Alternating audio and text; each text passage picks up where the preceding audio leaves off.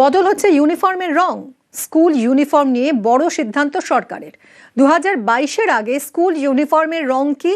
ইউনিফর্মের রং, কাপড়ের ধরন নিয়ে সমীক্ষা। স্কুল পরিদর্শকদের সমীক্ষার নির্দেশ রাজ্যের। সমীক্ষা করে তথ্য পাঠাতে হবে শিক্ষা দফতরে।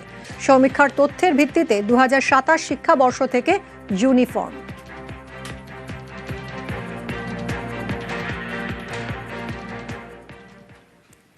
রাজনীতির সঙ্গে যুক্ত থাকা শিক্ষকদের স্কুলে হাজিরায় কড়া শিক্ষামন্ত্রী।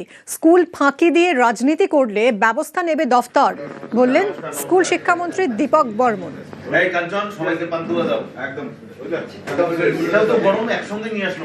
আগের সরকার যেভাবে চাকরি বিক্রি করে শিক্ষাটাকে ধ্বংস করে দিয়েছে, সেখান থেকে তুলে আনাটাই আমার কাছে এখন বড় চ্যালেঞ্জ, এবং আমাদের সরকারের এটাই লক্ষ্য।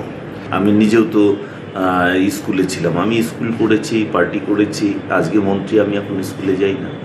তো যারা ছিল তারা এখন যদি স্কুলে যায় ঠিকই আছে, স্কুল যদি না গিয়ে থাকে তাহলে পরে সে ব্যবস্থা আমার দপ্তর নেবে।